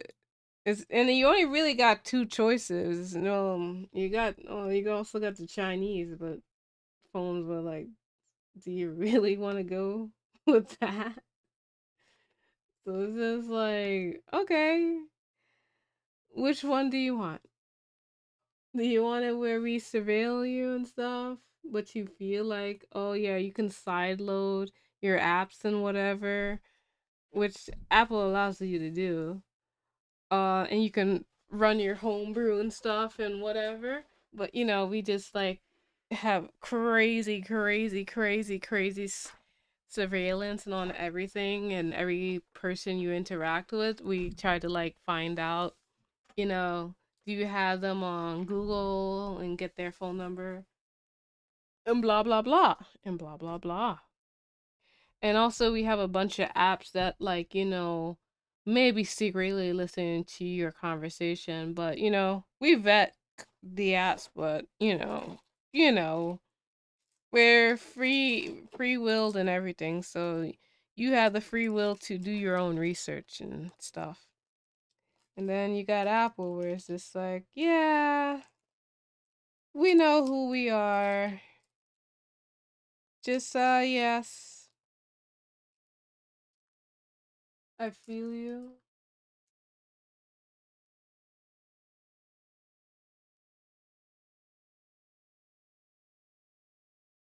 Any Android device and use it without an account.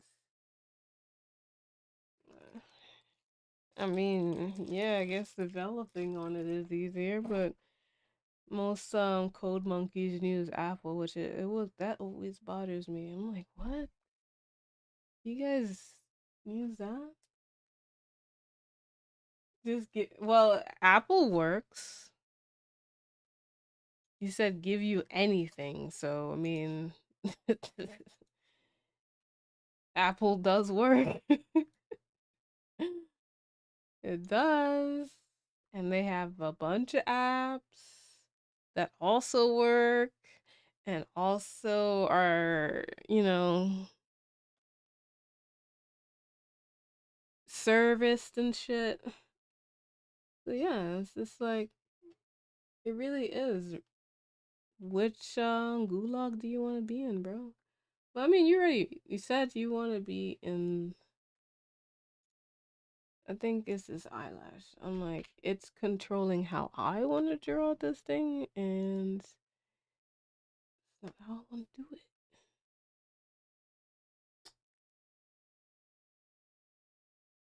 Yeah.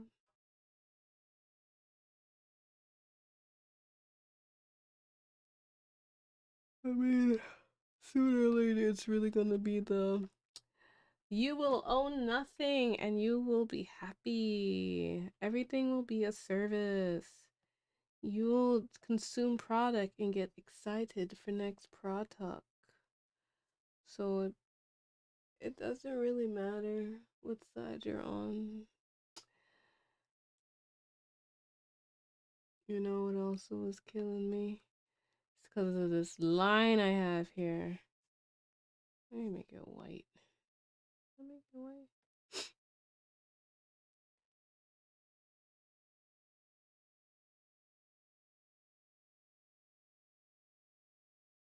Yeah, it is already that way. I'm just saying, I'm just surprised that, you know, you're still like, yeah, Team Android. Just, they all want us to be on some subscription.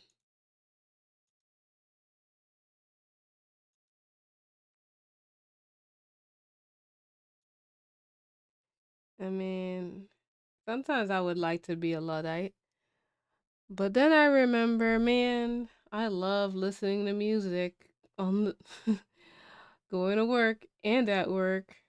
If if I don't have Technologica, what's gonna happen? I'm just gonna be bored at work. Yeah, it's hard to like listen to music if it's like smoke signals. But yeah, it's always been that way though. It's just now they're getting bold. They're getting bold. I can see myself having to draw this eye a bunch of times. Oh, well, this looks more anime than I wanted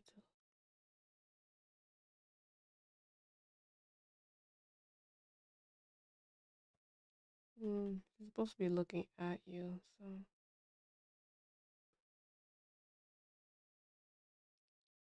Yeah.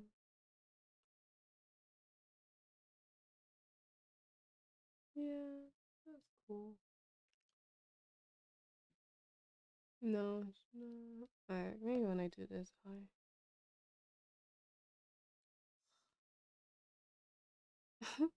Oh wow. I kinda like that. Her eyes look closed. I didn't even realize that. I kinda like that too. Huh. I kinda like that. Maybe I'll like do like an animation. That's also why I like this is another reason why I've been trying to do more vectors too, because like it just opens so much for you. Like you could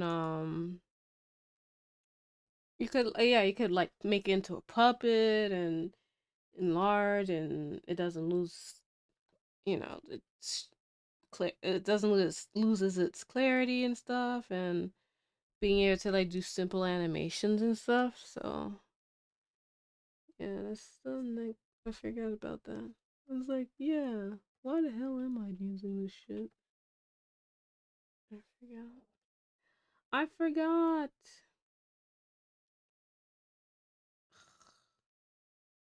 I hate these eyes.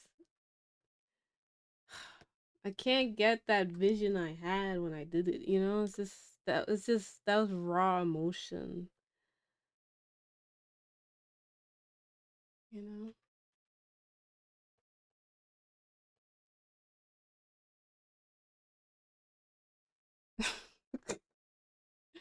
Now I'm actually curious. Have you actually smoked weed? If you're even still here.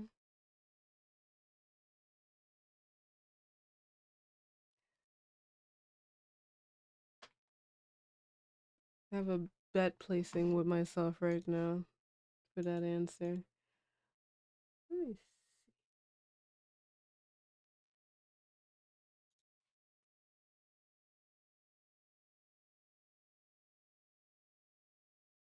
Let me sit up for this.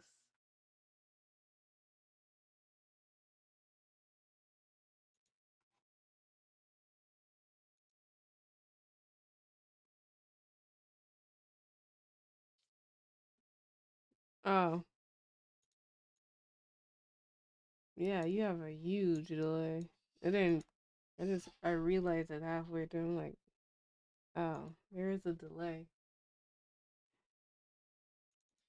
I kind of want to see what this looks like. She had skin tone.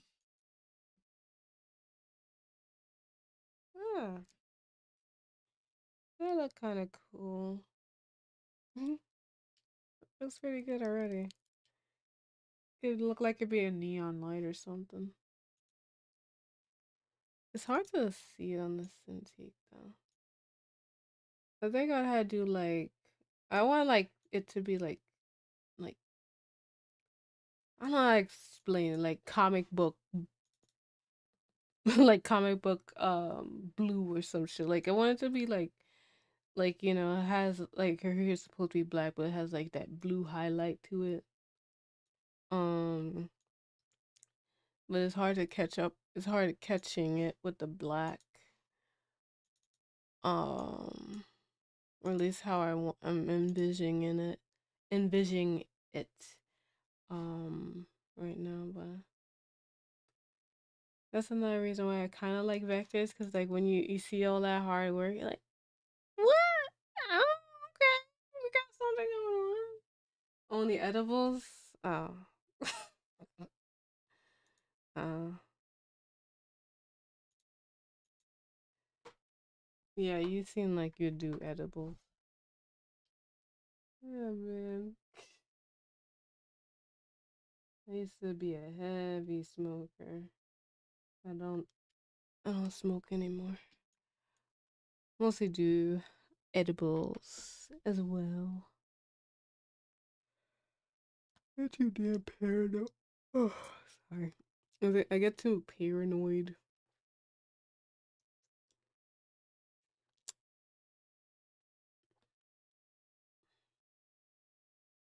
Wow, I really I can only see her.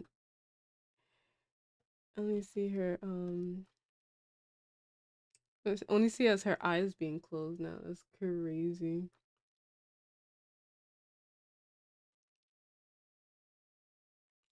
Mm, shit.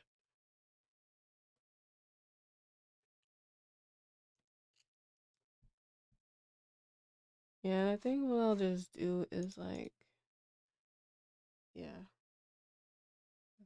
that's not bad.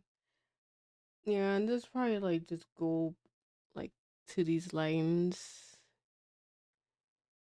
and just like just sharpen them because I don't like the circle like how this is with the circles. So I'll probably just go back in with the pen tool later if I could find it. And just like do something like this. Um, I'm probably doing this in the most convoluted way, but it works for me, and that's half of the thing with art is just finding shit that works for you. Um, yeah, and then just let's make skin white. Wait. Yeah, and just like clean up the lines just a bit, but it's hard to explain. But it's just like instead of these round edges, I'd probably make them more sharper. Um, so yeah, I tend to like go back and do that afterwards. So yeah, that's how I normally do it. Like this, I'd probably like sharpen, like just like carve it out, so that way it's just um.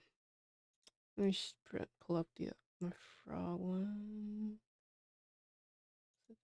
Yeah, like I go back and make like instead of how this instead of this line, I would go back and like after that I go in and put like a thing there. Um yeah. But the frog I did, I thought it was cute. I was gonna make it into like my hanko for my art. Like like in Japanese art they have like a little stamp, so I was thinking about like having it where it just put stamp there or some shit. Something to make it more unique. I guess weebish. I'm I just realized like oh yeah, it's getting late. And I don't want to look at the time. All right, let's see. 12:04. All right. Okay, I gotta go. Okay, I gotta go. 12:04. Yeah. Sorry guys. You don't gotta go home, but yeah, I'm going. I'm not going to bed, but it's more of I don't want to stream that late because I gotta go to work. I gotta get my beauty rest too. Um, how many y'all in here? Two. All right. Let's see. Does anyone know?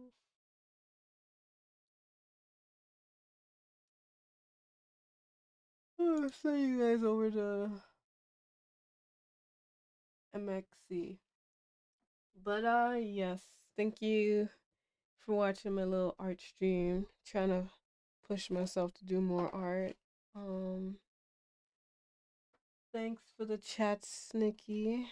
Um, hope you have a good day if you're still here, or well, have a good night and have a good day to work at work tomorrow. But yeah, I'm gonna try and do more of these little art streamy stuff. Oh, thank you so much for the follow, Maloney. Maloney. You sound like you sound like a 90s like those kid movies where the kids like Dennis the Menace. You sound like one of the like the villain characters that's just like, you see, we're gonna go run this house and we're you know, that's what your name reminds me of. Just has that name to that ring to it. Vernon Maloney. Yeah, you sound like you wear fucking khaki suits and smoke cigarettes. Don't that's cigars. That's that's the name you're coming up with for in my head. You just like the '90s cart. Go to bed. All right, bye. I'm leaving. Yeah, it's just it's not even. No, it's mostly the last name Maloney. It's just it just gives that like that mobster feel to it. But like, not in a cheesy way, but I'm not it's just like it has like that like, yeah. I don't want to mess with that guy. All right, I'm going to go. Bye.